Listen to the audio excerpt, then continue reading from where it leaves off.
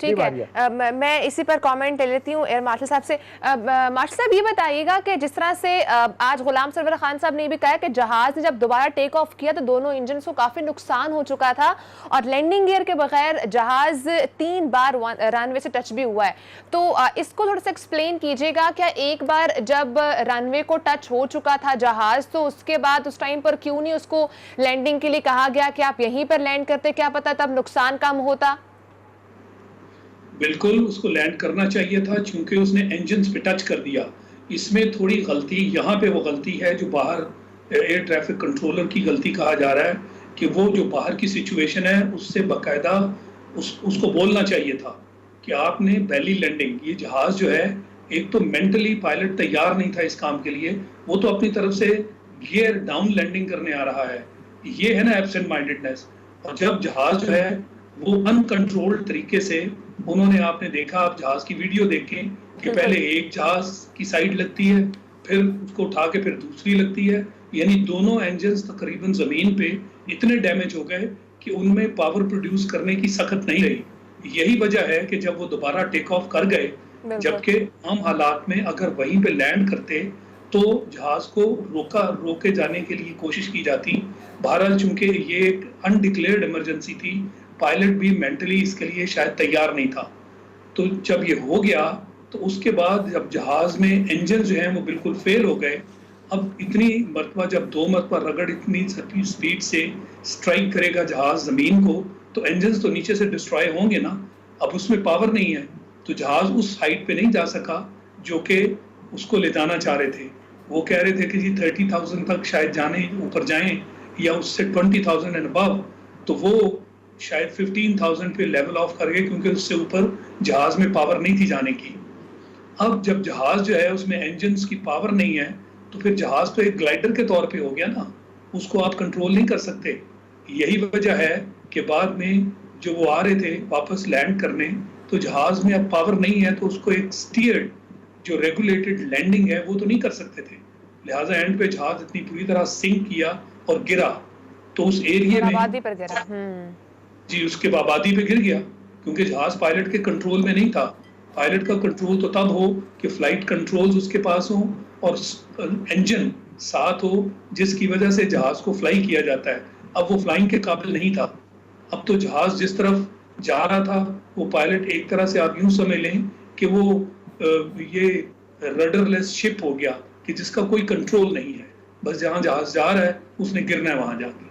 اچھا یہ کہے گا جو اینڈ پر وہ جو بات کر رہے تھے, جو ریکارڈنگ بھی لیک آؤٹ ہوئی ہے, وہ کہتے ہیں کہ we have lost our engines, تو اس پر کس طرح سے اینڈ ٹائم پر جب انہوں نے یہ کال دی تو تب اس کے بعد مینج کرنا مشکل تھا؟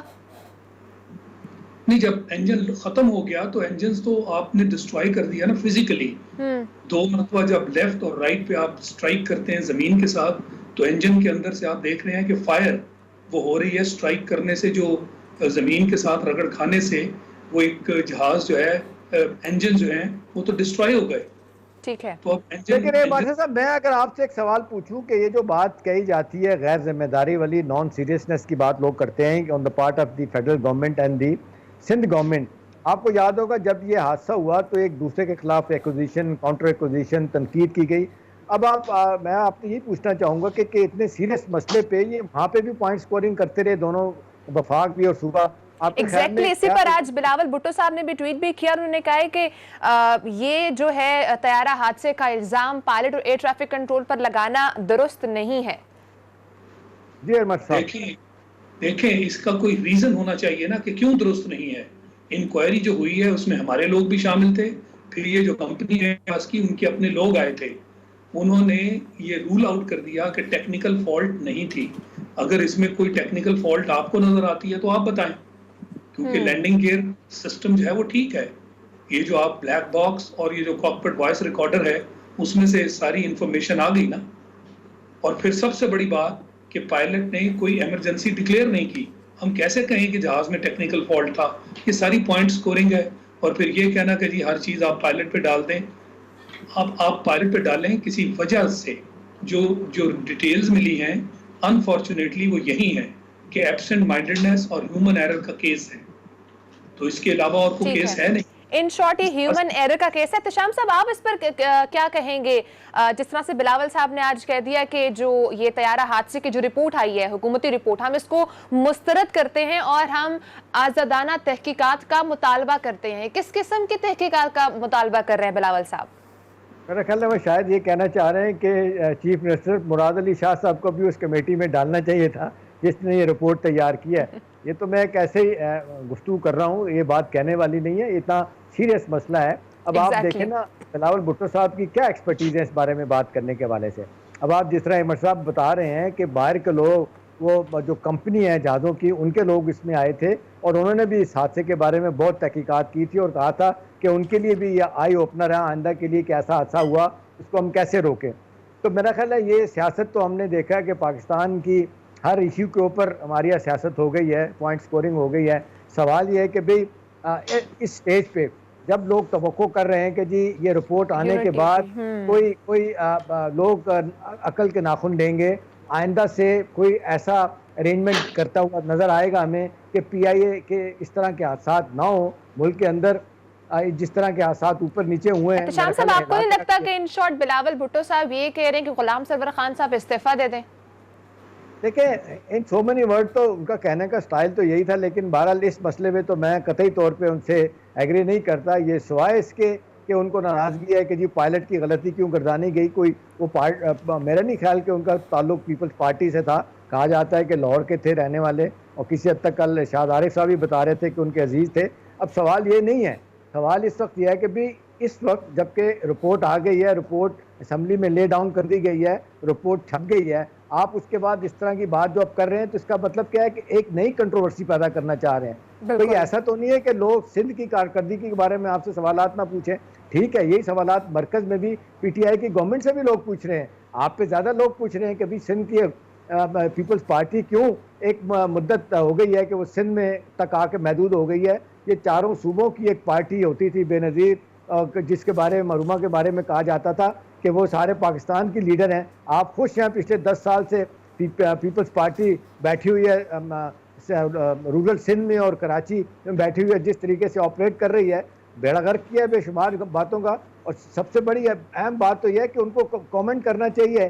یہ آپ کی سندھ بلڈنگ کنٹرول اتھارٹی ہے جنہوں نے بے تحاشا بغیر وجہ کے لائسنسیں دیے بلڈنگیں بنانے کے, اور جہاں پہ جہاز گرا ہے وہاں پہ بھی معذرت کے ساتھ 2-2 3-3 منزلہ عمارتیں بنی ہوئی تھی, اس کی اجازت نہیں تھی.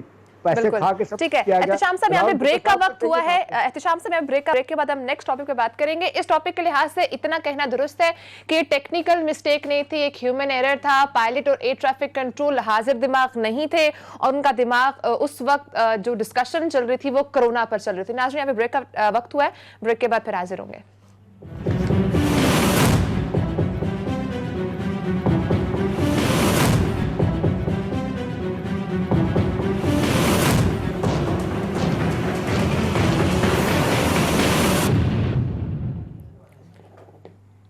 Welcome back. شاہد لطیف صاحب, سب سے پہلے آپ کو جانب آؤں گی, تھوڑا سا ہم انٹرنل پالیٹکس کو ڈسکس کرنے لگے ہیں. فواد چودھری کا بیان آپ نے سنا ہوگا, ان کا ایک بیان سامنے آیا ہے, پورا انٹرویو سامنے آیا ہے. آپ کو کیا لگ رہا ہے؟ پہلے تو ہم مزید بھی بات کر رہے ہیں اس پر کہ وزیر اعظم متحرک ہو چکے ہیں, لیکن اس سے پہلے یہ بتائیے گا فواد چودھری کا اس ٹائم پر ایسا بیان آنا کہ انٹرنل پالیٹکس کی وجہ سے پی ٹی آئی کی حکومت کو بھی نقصان پہنچا, وزیر اعظم کو بھی نقصان پہنچا اور ساتھ ساتھ پاکستان کو بھی نقصان پہنچا ہے. اس وقت فواد چودھری کا ایک کروشل ٹائم پر ایسا بیان دینا کتنا نقصان دہ ہے گورنمنٹ کے لیے بھی اور پاکستان کے لیے بھی؟ دیکھیں جی, میں یہ سمجھتا ہوں کہ بات تو حقیقت ہے, مگر پارٹی کی اپنی پالیسیز ہوا کرتی ہیں. یہ ایسی چیز ہے میرے خیال میں جس کو ان ہاؤس ڈسکس ہونا چاہیے تھا, اور ان ہاؤس پرائم منسٹر کے نالج میں آئی ایم شیور یہ ہے. اس کو اگر اس پوائنٹ کو رب کرنا ہے تو آپ ان ہاؤس جو مرضی کریں, اور جب آپ اس طرح کھلے عام یہ بات کریں گے تو پھر جو دوسری پارٹیز اور خاص کر اپوزیشن پارٹیز ہیں وہ اس کا فائدہ اٹھاتے ہوئے لوگوں کی توجہ اس طرف لائیں گے اور الٹی سیدھی باتیں اس پر ہوں گی. تو خاص کر یہ جو کیبنٹ میں آپ کی بات ہوتی ہے, ان میں کچھ لوگ ہیں جو کہتے ہیں کہ کیبنٹ میں جو بات ہوئی ان کے اوپر ہم ذکر نہیں کر سکتے, ان کی آپس میں انڈرسٹینڈنگ ہے. تو میرے خیال میں یہ باتیں ان ہاؤس کرنے والی ہوتی ہیں. اس میں کوئی دو رائے نہیں کہ کہ یہ اس طرح کی کھینچا تانی پارٹی کے اندر چلتی ہے، تو اگر آپ کو اس چیز کا شکوہ ہے تو ایک دوسرے کے بارے میں جو بات کرنی ہے وہ آپ ان ہاؤس کریں، مقصد اس کو اگر ٹھیک کرنا ہے، اور اگر اس کو ہوا دینا ہے اور اس کے ساتھ مسالہ لگا کے دنیا کے سامنے اپنا نام بنانا ہے، پھر اور بات ہے۔ تو پارٹی پالیسیز جو ہیں ان کا خیال رکھتے ہوئے میرے خیال میں ٹھیک کرنے کے لیے یہ چیز ان ہاؤس ڈسکس کرنی چاہیے، ان ہاؤس ڈسکس کرنا چاہیے۔ احتشام صاحب، جس طرح سے مارشل صاحب کہہ رہے ہیں ان ہاؤس ڈسکس کرنا چاہیے، پارٹی کے کوئی ڈسپلن ہوتے ہیں، لیکن فواد چودھری صاحب تو دوسری طرف یہ کہہ رہے ہیں کہ فیصلے کچھ اور ہوتے ہیں ڈیورنگ جب ڈسکشن ہو رہی ہوتی ہے میٹنگز میں، لیکن بعد میں جب ان ریٹن فیصلہ آتا ہے کچھ اور ہوتا ہے، نان الیکٹڈ کی سنی جاتی ہے، الیکٹڈز کو تو منہ ہی نہیں لگایا جاتا ہے، تو پھر یہ کیسے ممکن ہوگا؟ دیکھیں ہمارے بڑا بہت ہی سیریس نوعیت کا ان کا یہ انٹرویو تھا جو وائس آف امریکہ انہوں نے دیا۔ اس سے پی ٹی آئی کی ساکھ کو، پی ٹی آئی جو سیاسی جماعت ہے اس کو بڑا شدید نقصان پہنچا ہے، دھچکا لگا ہے۔ یہ ایسا نہیں ہے کہ یہ بیٹھے بٹھائے انہوں نے ایسی بات کر دی اور یہ بات ختم ہو جائے گی، ایسا نہیں ہے۔ دیکھیں ہونا تو یہ چاہیے تھا کہ اتنا اس طرح کا پبلک میں آ کے اگر آپ بیان دیتے ہیں اور گورنمنٹ آپ کو، پرائم منسٹر اس کو اپروو نہیں کرتی، تو اس کا مطلب یہ ہے کہ پھر ان کو وہاں سے ہٹایا جائے، جیسا کہ انفارمیشن منسٹر پنجاب کے فیاض الحسن چوہان صاحب کہہ رہے ہیں کہ جی اگر وہ اتنے ہی پارٹی سے نالاں ہیں یا پارٹی کی پالیسی سے اختلاف کرتے ہیں تو انہیں ریزائن کر دینا چاہیے۔ لیکن میرا اپنا خیال ہے ماریا کہ یہ اتنا آسان کام نہیں ہے، اور یہ بیان بڑا سوچ سمجھ کے دیا گیا ہے اور بڑا پلان کر کے یہ انٹرویو دیا گیا۔ ایسا نہیں ہے کہ انہوں نے ایسے پلان تھے۔ دیکھیں پلان سے میری مراد یہ ہے کہ جو انہوں نے گفتگو کی ہے وہ انہوں نے ایسی گفتگو نہیں کی کہ وہ اگنور ہو جائے گی یا اس کو کوئی نوٹس نہیں لے گا۔ تو یہ بڑا واضح طور پہ پتہ چل رہا ہے کہ یہ اداروں کو بھی ایک میسج ہے، یہ گورنمنٹ کو ایک میسج ہے۔ پھر بار بات ہو رہی ہے کہ جی 18 ماہ کی حکومت میں پی ٹی آئی کی گورنمنٹ کی کارکردگی پہ لوگ سوالیہ نشان اٹھا رہے ہیں۔ آج سخت تنقید کی ہے جس طریقے سے سعد رفیق صاحب نے پارلیمنٹ میں، وہ بڑی خوفناک باتیں ہیں کہ یہ وہ پارٹی یہ جو ہے وہ ذاتی اختلافات کو ذاتی دشمنی میں تبدیل کر رہی پی ٹی آئی۔ یہ ساری چیزیں ہم ان کو خود موقع فراہم کر رہے ہیں، اور اس سٹیج پہ اس کی ٹائمنگ بڑی امپورٹنٹ ہے کہ جب حکومت کنفرنٹ کر رہی ہے کرونا وائرس کے ساتھ، ہندوستان کے ساتھ معاملات ہمارے انتہائی کشیدہ ہو چکے ہیں، ریجن میں اور صورتحال آپ دیکھ لیں، چائنا کے بارڈر پہ کیا ہو رہا ہے، افغانستان میں کیا ہو رہا ہے۔ اچھا احتشام صاحب، یہاں پر ایک بریکنگ نیوز دیتی چلوں، جو ایک ابھی خبر سامنے آ رہی ہے کہ عثمان ڈار صاحب نے یہ بات کہی ہے، اور وہ کہہ رہے ہیں کہ اسد عمر صاحب اور شاہ محمود قریشی صاحب میں انہوں نے صلح کروا دی ہے۔ دیکھیں صلح کرانے کی بات تو ہے، مجھے یاد آ رہا ہے کئی کلپ میں نے دیکھے ہیں کہ وہ شاہ محمود قریشی کے اور جہانگیر ترین صاحب کے بھی اس طرح کے کلپ چلے تھے، دونوں نے ایک لان میں کھڑے ہو کے، ندیم ملک صاحب سما والے ہمارے دوست موجود تھے، دونوں کا ہاتھ پکڑ کے انہوں نے کہا تھا غلط بیان کرتے ہیں لوگ کہ ہمارے درمیان اختلافات ہیں۔ دیکھیں آپ کو دکھانے کے لیے، مجھے دکھانے کے لیے کچھ اور بات ہے، یہ معاملہ اتنا آسان نہیں ہے۔ دیکھنا چاہیے کہ اس وقت ان کا جو بیان آیا یہ تو گورنمنٹ کی کارکردگی پہ بڑا سیریس سوالیہ نشان، کہ کابینہ کے لوگ جو الیکٹڈ لوگ ہیں ان سے کچھ پوچھا نہیں جاتا، اور جو نان الیکٹڈ لوگ ہیں وہی سارا کچھ جس کو کہتے ہیں سارے شارٹس وہ کال کر رہے ہیں۔ اصل بات ان کی ہے، نہ وہ اپنے اثاثے جمع کراتے ہیں، نہ ان کے بارے میں پتہ ہے کہاں سے اٹھ کے آگے ہیں، اور بار پولیٹیکل لوگ، آپ نے یہی باتیں آپ نے کہا چند ہفتے پہلے، یہی بات غلام سرور خان صاحب نے کہی تھی کہ پارٹی کے اندر، کیبنٹ کے اندر ایسے لوگ بیٹھے ہیں جن کو میں جانتا ہی نہیں ہوں۔ مطلب 52 لوگوں کی 51 لوگوں کی پارلیمنٹ ہے، کابینہ ہے، جس میں 19 لوگ جو ان الیکٹڈ بیٹھے ہوئے ہیں۔ تو میرا خیال ہے چارج شیٹ کی ہے فواد چودھری صاحب نے، اس کا نوٹس لینا پڑے گا، ادروائز پھر ہم اس کو یہ ایزیوم کریں گے کہ بھی یہ رائٹنگ آن دا وال، تو پھر میں یہی پوچھوں گا آپ سے مارشل صاحب، تو پھر یہی بتائی جا رہی ہے کہ بھی all is not well in the party. لوگ باتیں کر رہے ہیں کہ جی 2 سال کا عرصہ ہو گیا ہے، کارکردگی نہیں ہے، شاید اگلا لمحہ جو ہے نا وہ تبدیلی کا ہو، چاہے نئے الیکشن کی طرف لوگ جائیں یا ان ہاؤس کی بات ہو، کچھ نہ کچھ وہ کہہ رہے ہیں کہ اب یہ بزنس ایز یوزول نہیں چل سکتا۔ تو مارشل صاحب آپ کو لگتا ہے کہ یہ بیان جس انداز سے سامنے آیا ہے اس کی بڑی سیریس ریپرکشن بھی ہو سکتی ہے؟ جی میں سمجھتا ہوں بالکل، یہ all is not well in the party, جیسے ابھی آپ نے بھی بات کی، میں بھی یہی سمجھتا ہوں۔ جب پارٹی کی باتیں اس طرح کھلے عام پبلک میں آپ کرنی شروع کر دیں تو اس کا مطلب ہے کہ اندر اختلافات ڈیپ ہیں، تبھی آپ ایک دوسرے کے خلاف اس طرح کی بات کھلے عام لوگوں کے سامنے کرنے سے بھی گریز نہیں کرتے۔ تو اس لیے پارٹی مشکلات کا شکار ہے، اور عمران صاحب جو ہیں، جیسے انہوں نے کہا کہ آپ کے پاس 5 یا 6 مہینے ہیں، اور اس میں اگر یا تو آپ ٹرن اراؤنڈ کریں، اپنے حالات ٹھیک کریں، ورنہ چیزیں جو ہیں وہ ہمارے ہاتھ سے نکل جائیں گی، دوسری طرف چلی جائیں گی۔ ان کا مطلب ہے کہ اپوزیشن لازمی چیز ہے، کہ اپوزیشن کی 2 بڑی پارٹیز ہیں، اور کل سے زرداری صاحب کے آپ بیانات دیکھ لیں، وہ کتنی سخت تنقید کر رہے ہیں، اور وہ یہ کہہ رہے ہیں کہ اس پارٹی سے سیاست نہیں ہو رہی، یہ یعنی لیڈر جو ہے ان کے بارے میں خاص کر کہا جاتا ہے، اب لوگ جو ہے وہ باتیں کرنی شروع انہوں نے کر دی ہیں، اور اپنے ہی ممبرز کے بارے میں کھلے عام پبلک کے سامنے ان پر تنقید کی جا رہی ہے۔ تو میرا خیال ہے کہ یہ پارٹی کے لیے ٹھیک نہیں ہے، ہمارے لیے بھی ٹھیک نہیں ہے۔ یہ بھی تو باتیں ہو رہی ہیں نا کہ ہمارے پاس اور کوئی چوائس نہیں ہے، یہ 3rd آپشن کی چوائس تھی جو کہ پاکستان کے لوگوں نے ایکسرسائز کر لی۔ اب آگے آپ کے پاس کیا ہے؟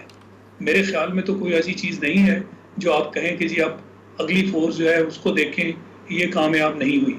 اچھا شاہد صاحب، آپ کو نہیں لگتا کہ فواد چودھری صاحب کے اس انٹرویو کو بہت اچھے سے ٹیکل کیا جا سکتا تھا، لیکن جو وزراء ہیں دیگر، جس میں فیض الحسن چوہان صاحب کا میں نام اسپیشلی لوں گی، جس طرح سے انہوں نے آ کر ٹی وی پر ان کے انٹرویو کو پورٹری کیا ہے، اور جس طرح سے ان پر بہت زیادہ تنقید کی ہے، بہت عجیب ورڈز استعمال کیے ہیں جو شاید میں بھی ٹی وی پر استعمال بھی نہیں کر سکتی، اس کے ساتھ ساتھ آج انہوں نے ان کے استعفے کا بھی مشورہ دیا، تو آپ کو نہیں لگتا کہ اس سے اور مزید الجھنیں کریٹ کر رہی ہے پارٹی خود اپنے درمیان؟